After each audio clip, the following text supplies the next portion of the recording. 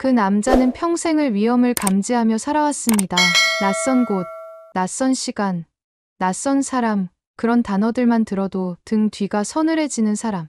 그런 그가 어느 날 딸을 지키겠다고 나선 여정에서 자신이 믿어온 모든 상식을 부숴버린 도시와 마주하게 됩니다. 밤이면 위험하다는 고정관념, 혼자선 절대 안 된다는 불안, 그리고 외국은 늘 조심해야 한다는 공포. 하지만 그곳에선 밤이 더 빛났고 혼자가 더 자유로웠으며 외국에서조차 가족처럼 품어주는 사람들이 있었습니다. 이건 한 남자가 세상에서 가장 불안했던 낯선 밤을 지나 가장 뜨겁고 가장 평화로운 두 번째 집을 발견한 이야기입니다. 그리고 당신도 분명 궁금할 겁니다. 도대체 그가 본 그 도시는 어떤 곳이었기에 그의 눈과 마음을 완전히 바꿔놓았을까? 지금 그 이야기를 시작합니다. 잠깐 여러분 그거 아세요? 여러분의 구독, 좋아요, 알림 설정은 저에게 가장 큰 힘이 됩니다. 클릭 한 번으로 제게 큰 힘을 주시길 바라요.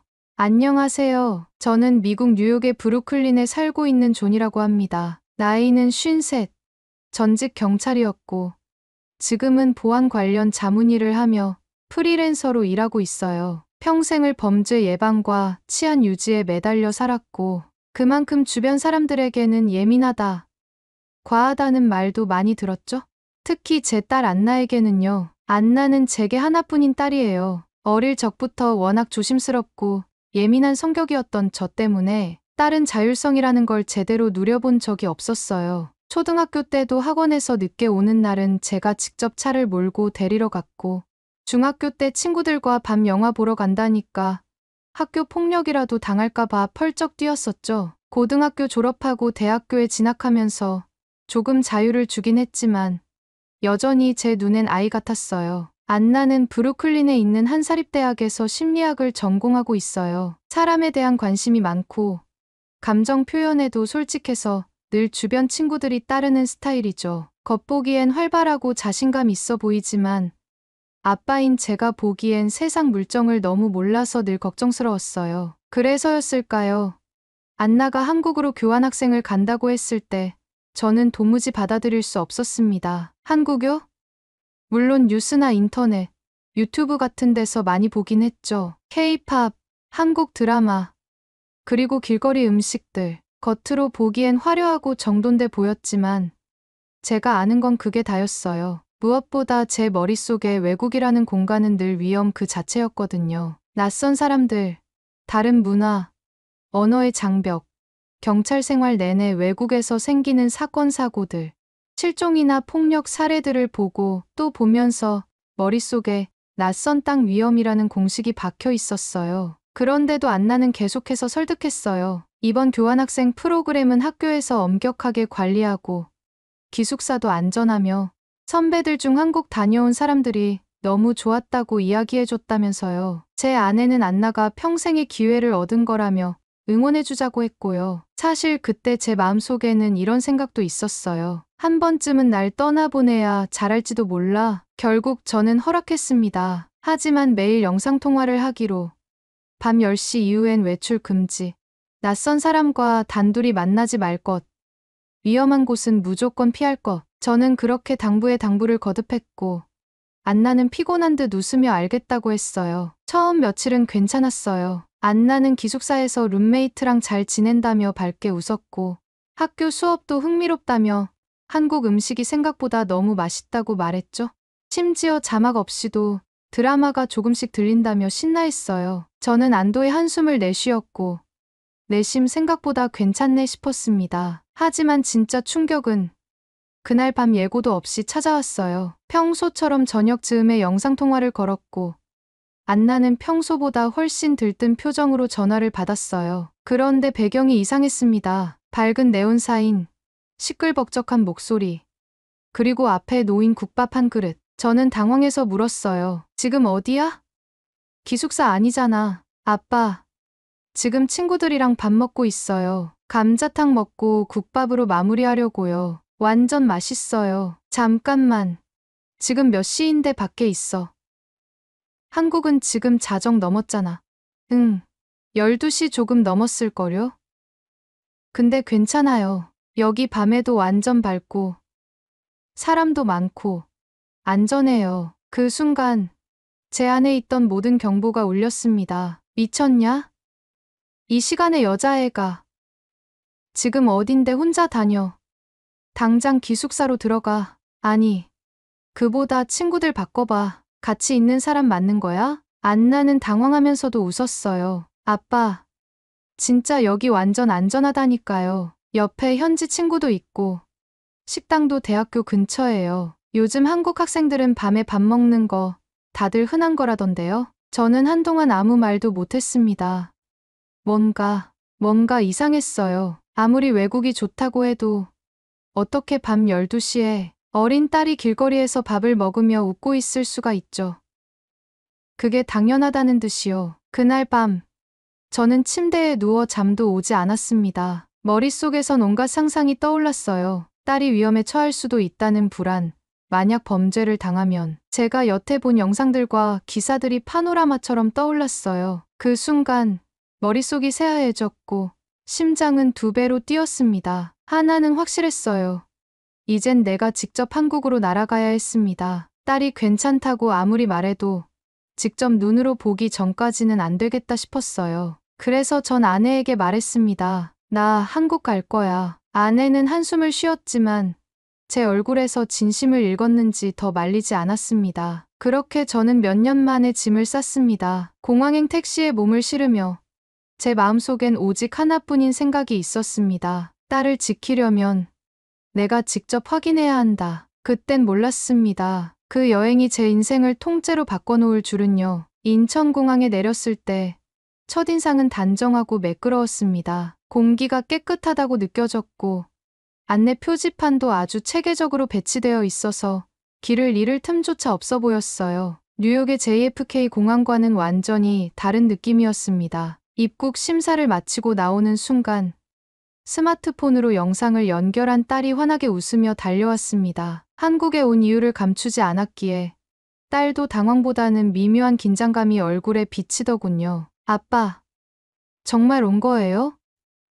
그래, 그 영상 이후로는 그냥 앉아서 볼 수가 없더라. 딸은 웃으며 짐을 받아주었고 우리는 공항버스를 타고 서울로 향했습니다. 버스 안은 정숙했고 승객 대부분은 조용히 각자의 휴대폰을 들여다보거나 이어폰을 꽂고 있었습니다. 승객들 사이에 불필요한 소란이 없다는 점이 가장 먼저 눈에 띄었어요. 그 고요함 속에서 도시는 천천히 창밖으로 스쳐 지나갔고 저는 그 낯선 조용함에 조금씩 마음을 열기 시작했습니다. 딸이 머무는 학교 근처의 기숙사는 생각보다 훨씬 안전해 보였습니다. 입구엔 CCTV가 촘촘히 설치되어 있었고 출입구마다 학생증을 태그해야만 들어갈 수 있도록 시스템화돼 있었어요. 며칠간 저는 딸의 일상에 함께했습니다. 학교 수업을 마친 뒤 딸은 저를 데리고 여러 곳을 소개해 주었는데 가장 먼저 간 곳이 동네 골목 안에 있는 작은 분식집이었어요. 떡볶이, 순대, 튀김이라는 메뉴들이 저에겐 생소했지만 그곳엔 삼삼오오 모인 젊은이들이 밝은 얼굴로 식사를 하고 있었고 어두워지는 저녁 무렵에도 혼자 와서 앉아있는 여성 손님들도 꽤 많았습니다. 그날 밤 저는 제가 아는 세상이 거짓이었다는 걸 깨달았어요.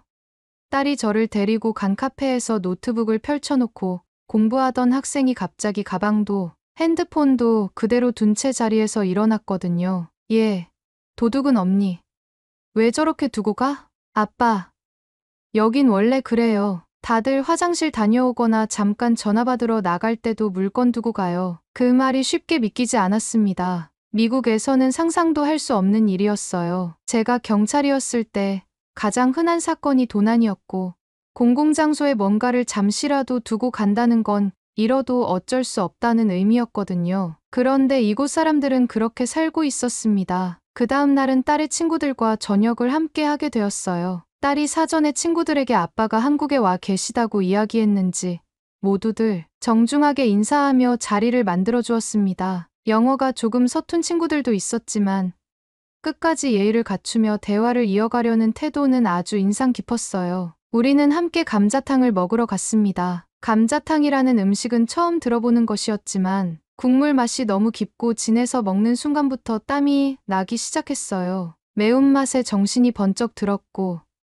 이내 그 안에서 묘한 중독성이 느껴졌습니다. 식사 도중 친구 한 명이 저를 보며 이렇게 말했습니다. 아저씨, 한국은 밤이 더 매력적인 나라예요. 그 말은 처음엔 이해가 가지 않았어요. 밤이라는 건 보통 위험의 시간이었고 조심하고 피해야 할 시간대였죠. 하지만 며칠 뒤 저는 그 말이 무슨 뜻인지 직접 체감하게 되었습니다. 딸이 저를 데리고 갔던 한강변, 밤 10시가 넘은 시간에도 조깅하는 사람들, 돗자리를 펴고 삼삼오오 모여 앉아 대화하는 가족들, 강아지를 산책시키는 사람들까지. 그 순간 깨달았어요. 이 고요함이야말로 내가 평생 찾아 헤매던 진짜 안전이었어요. 여긴 밤이 더 안전한 것 같아요. 딸이 말했어요. 맞는 말이었습니다. 이 도시엔 위험의 그림자가 없었습니다. 아니, 제가 평생 익숙했던 그 위험의 형태가 보이지 않았어요. 그리고 또 하나, 한국에 대한 저의 인식을 바꾼 건 지하철이었습니다. 뉴욕의 지하철은 솔직히 위험했어요. 플랫폼에서 괜히 부딪히기라도 하면 험악한 눈초리가 날아오고 때론 싸움도 일어났죠. 그런데 서울의 지하철은 조용하고 질서 정연했습니다. 노약 좌석은 철저히 지켜졌고 사람들이 줄을 서서 승하차하는 모습은 너무 놀라웠습니다. 어느 날 딸이 친구들과 콘서트를 보러 간다고 했어요. 평소 같으면 펄쩍 뛰었을 거예요. 그런데 이번엔 다르더군요. 저는 무심히 물었습니다. 몇 시에 끝나? 아마 10시쯤이요. 공연장 근처에 맛있는 국밥집도 있다던데요. 그 순간 스스로도 놀랐습니다. 10시에 끝나는 콘서트와 그 이후의 식사가 무섭지 않았어요. 저는 기다리는 동안 근처 찜질방이라는 곳에 가서 휴식을 취했어요. 거기서 만난 한 할아버지는 제게 한국의 변화, 그리고 치안이 얼마나 발전했는지에 대해 차분히 설명해 주셨습니다. 우리도 옛날엔 무서운 일이 많았지. 근데 지금은 나라가 달라졌어. CCTV도 많고 경찰도 친절해졌고. 그 말을 들으며 저는 생각했어요. 아, 내가 너무 오래 내 기준 속에서만 세상을 바라봤구나. 딸이 콘서트 후 무사히 돌아왔을 때 저는 처음으로 걱정 없이 그녀를 맞이할 수 있었습니다. 그리고 그날 밤 저는 딸 몰래 국밥집을 다시 찾았어요. 혼자 국밥을 먹으며 생각했습니다. 왜 이렇게 마음이 따뜻해지지? 국밥의 온도 때문만은 아니었습니다. 이 나라가, 이 도시가, 그리고 이 문화가 제 마음을 조금씩 녹이고 있었던 거예요. 한국은 내 모든 편견을 따뜻함 하나로 무너뜨렸어요. 이제는 제가 딸보다 먼저 아침에 일어나 한강을 걷고 동네 커피숍에 들러 한국식 아메리카노를 주문하는 사람이 되었습니다. 그저 딸을 걱정해 찾아온 나라에서 이제는 제가 배우고 있는 기분이 들었어요. 여기엔 단순한 안전 이상의 무언가가 있었어요. 존중과 배려, 그리고 질서가 생활 속에 녹아 있었고 그것이 한국의 치안이라는 단어를 훨씬 풍성하게 만들고 있었습니다. 그렇게 저는 한국이라는 나라를 천천히 그리고 확실하게 좋아하게 되었어요. 그리고 그 다음 날 저는 딸에게 말했습니다. 여기서 더 오래 있었으면 좋겠다. 내가 이렇게 웃고 있는 걸 보니까 이젠 내가 더 안심이 돼. 딸은 눈이 촉촉해져서 고개를 끄덕였습니다. 저는 그 순간 알았습니다. 이제 이 나라는 단순히 안전한 나라가 아니라 우리 딸에게 진짜 세상을 배우게 해주는 가장 따뜻한 학교라는 거려. 딸과 지낸 한국 생활이 어느덧 보름을 넘기면서 저도 모르게 이곳의 리듬에 익숙해지고 있었습니다. 처음엔 경계와 걱정으로만 가득했던 하루하루였지만 시간이 흐를수록 저도 이 도시에 녹아들고 있었어요. 딸이 다니는 대학교 근처의 카페에서 혼자 커피를 마시며 책을 읽는 시간이 생겼고 동네 주민들과 인사도 자연스럽게 나눌 정도로 편안해졌습니다. 한 번은 단골이 된 국밥집 사장님께서 반찬이 부족하다고 고기 한 점을 더 얹어주시며 이런 말씀을 하셨어요. 아저씨, 여기 사람들은 가족처럼 대해요. 특히 외국에서 온 분들 보면 더 챙기고 싶은 마음이 들거든요. 그 말이 가슴 깊숙이 박혔습니다. 무뚝뚝하고 경계심 강한 제가 어느덧 이곳에서 환영받는 사람이 되었다는 사실이 낯설고도 따뜻했어요. 그날 이후 저는 스스로에게 물어보게 되었어요. 내가 너무 많은 걸 오해하고 있었던 건 아닐까? 하지만 아무리 좋은 곳이라 해도 사람 마음은 쉽게 바뀌지 않죠. 그걸 뼈저리게 느꼈던 사건이 있었습니다. 어느 토요일 저녁, 딸과 딸의 친구들, 그리고 저까지 4명이 함께 저녁 식사를 하게 되었어요. 동네에서 꽤 평이 좋다는 작은 한식집이었는데 메뉴는 감자탕. 저는 이미 감자탕의 매력에 푹 빠져 있었기에 기대를 안고 들어갔습니다. 식당 안은 사람들로 북적였고 분위기도 활기찼어요. 음식을 주문하고 나서 반찬이 먼저 나왔고 딸의 친구 중 한 명이 반찬을 제 앞으로 밀어주며 말했어요. 아저씨, 이 김치 진짜 맛있어요. 한국 와서 제일 좋아하는 반찬이에요. 딸도 고개를 끄덕이며 동의했고 저는 웃으며 젓가락을 들었죠. 그런데 그 순간 이가 부러졌습니다. 정확히는 예전에 미국에서 치료받은 레진 충전 부위가 떨어져 나간 거였어요. 이물감과 통증이 동시에 느껴졌고 저는 순간적으로 식은땀을 흘렸습니다. 딸은 제 얼굴을 보더니 놀라며 물었어요. 아빠, 괜찮아요?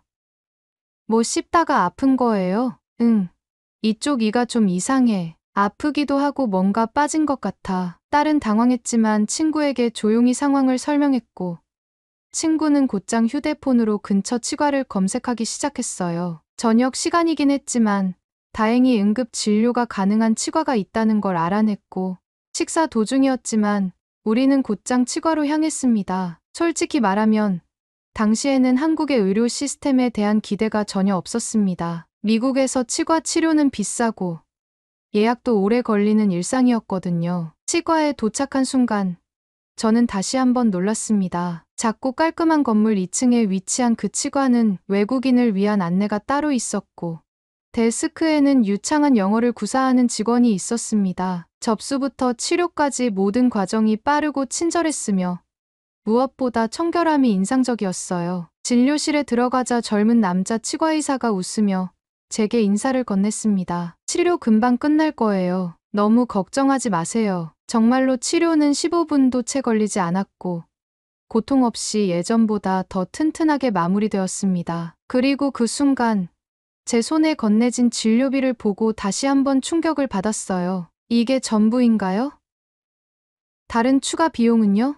여기선 대부분 이렇게 합니다. 외국인이라고 해서 더 받는 것도 없고요. 그날 밤 숙소로 돌아가는 길, 저는 말이 없었습니다. 한국이라는 나라는 단지 음식이 맛있고 거리가 깨끗한 것 이상의 무언가를 지니고 있었습니다. 그건 바로 시스템과 신뢰였습니다. 사람이 살면서 가장 두려운 순간은 몸이 아플 때잖아요. 그런데 그 불안한 상황을 이렇게 부드럽고 빠르게 해결해주는 나라는 많지 않을 거예요. 딸은 조심스럽게 물었습니다. 아빠, 오늘 일 겪고 나서도 아직도 여기가 무섭다고 생각해요? 저는 천천히 고개를 저었어요. 아니, 오늘은 내가 이 나라한테 한 수 배운 날인 것 같구나. 그때부터 제 마음속 깊은 곳에서 무언가가 풀리는 걸 느꼈습니다. 그 후로도 한국에서의 생활은 계속 특별했습니다. 딸은 방학을 맞아 친구들과 함께 강릉으로 여행을 떠났고 저는 며칠 동안 서울에 혼자 남게 되었어요. 그 시간이 의외로 소중했습니다. 혼자 지하철을 타고 명동과 광화문을 돌아다녔고 한옥마을에서 전통 다도를 체험해 보기도 했습니다. 경복궁 앞에서 전통 복장을 입고 사진을 찍는 관광객들을 보며 저는 이렇게 생각했어요. 여기선 나도 관광객이지만 동시에 배우는 사람이다. 모든 것이 낯설었지만 낯설미 불편함이 아니라 새로움으로 느껴졌습니다. 그리고 어느 날 혼자 국밥집에 들어가 국밥을 시켰습니다. 조용히 김이 피어오르는 그릇 앞에 앉아 있는데 옆 테이블에 아주머니가 말을 걸어오셨어요. 외국 분이세요? 여기 국밥 처음 드세요? 네. 벌써 4번째예요. 이젠 거의 중독 수준이에요. 그 아주머니는 깔깔 웃으며 깍두기를 더 덜어주셨고 저는 따뜻함에 다시 한번 마음이 물들었습니다. 처음엔 딸을 걱정해서 시작된 여행이었지만 이젠 제가 먼저 이 나라의 사람들을 문화와 시스템을 믿고 있었어요. 그날 밤 딸이 여행에서 돌아오고 나서 저는 조용히 말했습니다. 내가 여기서 더 오래 지내고 싶다면 나는 기꺼이 응원해줄게. 딸은 놀란 표정으로 절 바라봤고 이내 눈가가 붉어졌습니다. 아빠, 그 말 듣고 싶었어요. 정말 고마워요. 저는 딸을 끌어안고 천천히 속삭였습니다. 한국이라는 나라가 너에게 준 게 많지만 너도 이 나라에 참 잘 어울리는 사람인 것 같아. 그렇게 저희 부녀는 서로를 이해했고 한국이라는 낯선 땅은 더 이상 낯설지 않았습니다. 안전하다는 건 단순히 범죄가 적다는 뜻이 아니었습니다. 그건 곁에 있는 사람들이 서로를 신뢰하고 배려할 수 있을 만큼의 사회적 안정감이 있다는 뜻이었습니다. 그리고 저는 그런 곳에 제 딸이 있다는 사실이 자랑스러웠습니다. 딸과 함께 한국에서 보내는 마지막 일주일이 시작되었습니다. 시간이 흐를수록 제 마음은 무거워졌습니다. 이 도시에 정이 들어버렸고 딸과 함께 웃는 순간들이 너무 많아져서 다시 미국으로 돌아간다는 사실이 선뜻 받아들여지지 않았어요. 딸은 그 사이 더 많이 성장해 있었습니다. 처음 도착했을 때보다 눈빛이 단단해졌고 새로운 사람들과의 관계도 능숙하게 이어갔습니다. 혼자서 한국어로 카페에서 음료를 주문하고 지하철 노선도 문제없이 파악하는 모습에서 저는 이전에 알던 보호받아야 할 딸의 이미지를 떠올릴 수 없었어요. 그날 아침 딸은 저에게 특별한 제안을 했습니다. 아빠, 이번 주말에 나 인터뷰 있어요. 교환학생 경험자로서 대외활동 홍보 영상 촬영인데 같이 와서 봐줄래요? 고개를 끄덕이며 따라간 장소는 한 캠퍼스 안의 미디어실이었습니다. 딸은 준비해온 메모를 꺼내고 담당자와 짧게 이야기한 뒤 카메라 앞에 앉았습니다. 촬영이 시작되고 딸의 입에서 또렷한 한국어 인사말이 나왔어요. 안녕하세요. 저는 미국에서 온 교환학생 안나라고 합니다. 한국에서의 경험은 제 인생을 완전히 바꿔놓았습니다. 그 말이 가슴을 울렸습니다. 안나는 이어서 한국에서의 삶, 만난 사람들, 배운 것들, 그리고 자신이 느낀 안전함에 대해 하나하나 또렷하게 설명했습니다. 촬영이 끝나고 나온 딸은 활짝 웃으며 말했습니다. 이제 진짜 나 자신을 소개할 수 있게 된 기분이에요. 그 말을 듣고 저는 조용히 웃었습니다. 그동안 제가 알지 못했던 딸의 모습이 거기 있었어요. 이제는 제가 떠날 차례였습니다. 귀국 날짜가 다가오자 마음 한편이 서운하고 복잡했습니다. 딸은 여전히 한국에 남아 한 학기를 더 마무리하고 이어서 인턴십 프로그램에 지원할 계획이라고 했습니다. 출국 전날 우리는 함께 마지막 외식을 하기로 했습니다. 딸은 자신이 가장 좋아하는 국밥집으로 저를 이끌었습니다. 자그마한 골목 안에 자리한 그곳은 이미 2번이나 간 곳이었지만 이날만큼은 더 특별하게 느껴졌어요. 식사를 마치고 나오는 길, 딸이 저를 바라보며 말했습니다. 아빠, 나 여기서 살아보고 싶어요. 학교 끝나고도 한동안 여기 남아서 일도 해보고 싶고 한국이 내 2번째 집처럼 느껴져요. 순간 가슴이 뭉클했습니다. 제 인생 대부분을 위험으로 가득한 세상 속에서 살아온 저였지만 이제는 다른 걸 느끼고 있었어요. 그래, 안나야, 나도 내가 여기에서 계속 지내는 게 좋을 것 같아. 내가 웃고 당당하게 말하고 하루하루를 즐기는 모습을 보니까 이제 더 이상 걱정하지 않아도 될 것 같아. 그 말을 하는 제 목소리는 살짝 떨렸고 딸은 제 손을 꼭 잡았습니다. 공항으로 가는 날, 이별은 생각보다 차분했어요. 슬프기보단 든든하고 따뜻했어요. 저는 이제 더는 지켜야 할 존재로서의 딸을 바라보지 않았고 그녀가 제 삶에서 스스로 걸어가는 독립된 사람이라는 걸 인정하고 있었어요. 출국장에 들어가기 전 저는 마지막으로 딸의 눈을 바라보며 말했습니다. 내가 그 나라를 좋아하게 된 게 아니라 그 나라가 너를 좋아하고 있는 것 같아. 딸은 눈을 반짝이며 말했어요. 그게 한국이에요. 아빠, 내가 처음으로 내가 살아가는 곳을 사랑하게 만든 나라. 비행기에 몸을 실으며 저는 창밖으로 서울의 전경을 바라봤습니다. 밤의 불빛은 여전히 찬란했고 그 위로 딸의 웃음소리가 겹쳐 들리는 것 같았어요. 미국에 돌아와서도 저는 변해 있었습니다. 사람들에게 한국 이야기를 할 때면 멈추지 않았고 국밥의 깊은 맛과 사람들의 따뜻함, 시스템의 안정성에 대해 열변을 토했어요. 어느 날 친구가 저에게 묻더군요. 아니, 도대체 한국에서 뭐를 보고 온 거야? 그렇게까지 말하는 거 처음이네. 저는 웃으며 대답했습니다. 한국에서 나는 내가 뭘 지키려 했는지를 배웠고 그보다 더 잘 지킬 수 있는 세상을 봤어. 그리고 진심으로 덧붙였습니다. 그곳은 국밥보다 뜨겁고 감자탕보다 깊은 나라였어. 딸은 지금도 한국에 있습니다. 저와는 매주 한 번씩 영상통화를 하며 지낸 일상을 공유하곤 해요. 다만 이제는 제가 먼저 묻지 않습니다. 어디 가니? 몇 시에 들어오니? 그런 질문은 이젠 하지 않게 되었어요. 그 대신 저는 이렇게 말합니다. 오늘은 어떤 좋은 사람을 만났니? 딸은 환하게 웃으며 한국에서의 이야기를 들려줍니다. 저는 그 이야기를 들으며 한 번도 가보지 못한 길 위에 선 딸을 응원합니다. 이제는 확신할 수 있어요. 내 딸 안나에게 한국은 세상을 향해 걸어가는 첫 번째 문이 되었고, 저에게는 그 문을 열게 해준 은인이었습니다. 오늘의 이야기는 여기까지입니다. 오늘의 사연이 마음에 드셨다면 구독, 좋아요 부탁드리겠습니다. 소중한 시간 긴 이야기 끝까지 들어주셔서 진심으로 감사합니다. 앞으로도 더 좋은 사연으로 여러분을 찾아오겠습니다. 시청해 주셔서 감사합니다.